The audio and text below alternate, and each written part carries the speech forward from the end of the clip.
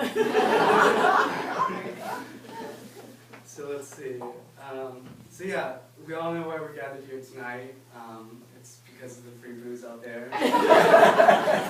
Yeah, but let's give a round of applause to the newlyweds, Phil and Mary.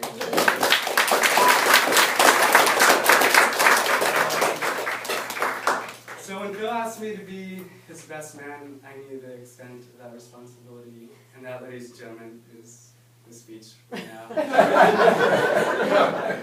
So I decided to do some research, and Google suggested that I start off with some of my favorite stories of Phil. But all the ones that came to mind were not only incriminating to Phil, they're also incriminating to me. So let's start off talking about how I met Phil. I met Phil 5 years ago. I met him through a social fraternity at Berkeley, Tau Kappa Epsilon Teak. And one of my first memories from Teak is the alumni dinner. And I not only remember this event because it was a sober event, but it was also because there was one thing one of the alumni said, and I quote, he said, "Gentlemen, congratulations. You guys are taking the first step into joining a bond. The men in this room are not only going to be your best friends, but they'll become your brothers. You're going to be there during the great times that come with college and some hard times. But thank God we haven't had much of those." He said, yeah, you're going to be there for the breakups, you're going to be there with the graduation, when they get their first job, their wedding, you're going to be there at the hospital when they get their first kids, and their kids' bar mitzvahs. So let's check what we've done. Bar mitzvah?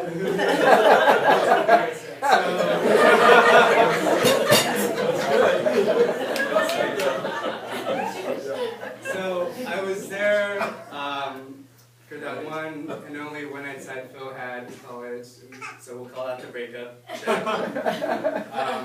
Phil finished school. He didn't walk, but I was there when he graduated. So graduation, check.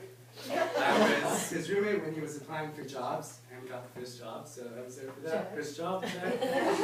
And the wedding, so we'll check that. So some of you guys aren't planning on having kids or turning Jewish.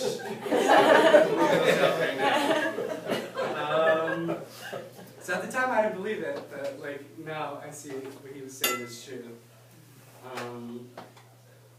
Let's see, my first memory of Phil is probably when I asked him to be my roommate. I think he said no.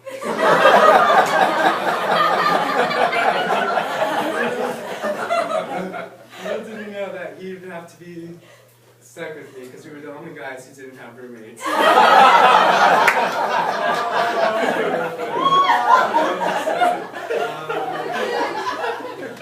We weren't so lucky, and we got one of the smallest couples in the fraternity. Let's see. You could definitely, when you walk into the room, you can see, like, although there wasn't a physical divide, you can see it. Phil was a very simple guy. I can name everything he had. He had his bed, one pillow, his duvet blanket, his drawers, his desk, and his cup that he had. That's all he had. And then you can see my side, completely messy and crowded. One thing that we didn't split was this one window.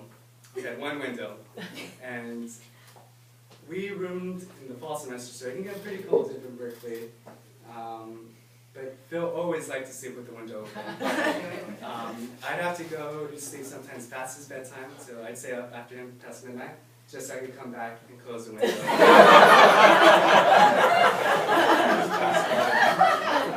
eventually caught on, and that's one thing that he just would not let me get away with. I put up with it.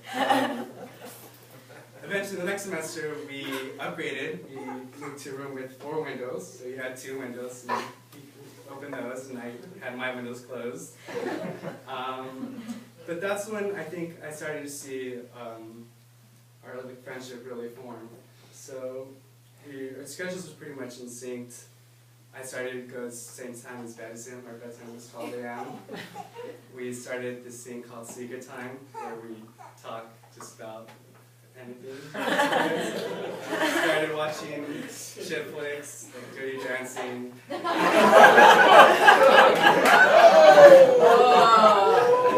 started seeing Sex and the City.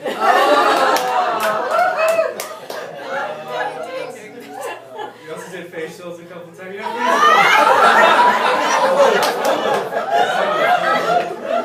things bros do, right? Yeah. Totally.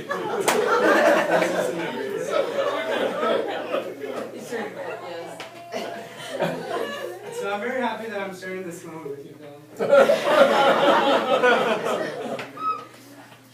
I am a little bothered about the title of Best Man, because if I'm the best man, Mary, why are you marrying Phil?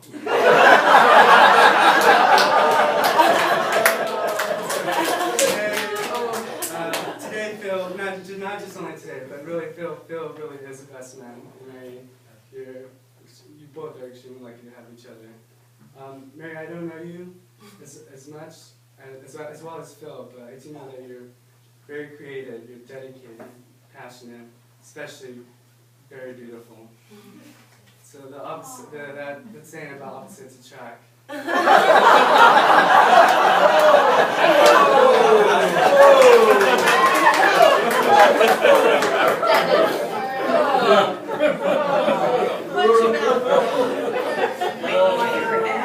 That's good.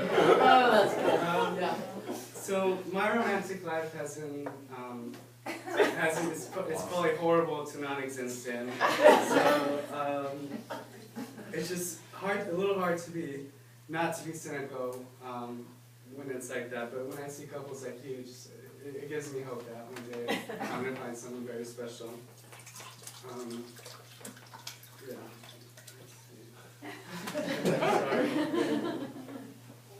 So Google also suggested that I end with some advice. I'm not married, so there's not much advice that I can give you, but one advice that I can give you, I guess, if Mary wants that window closed.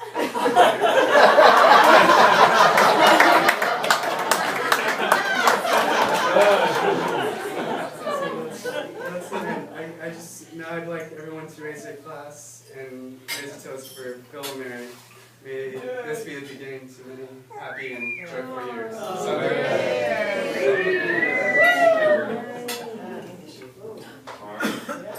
Cheers.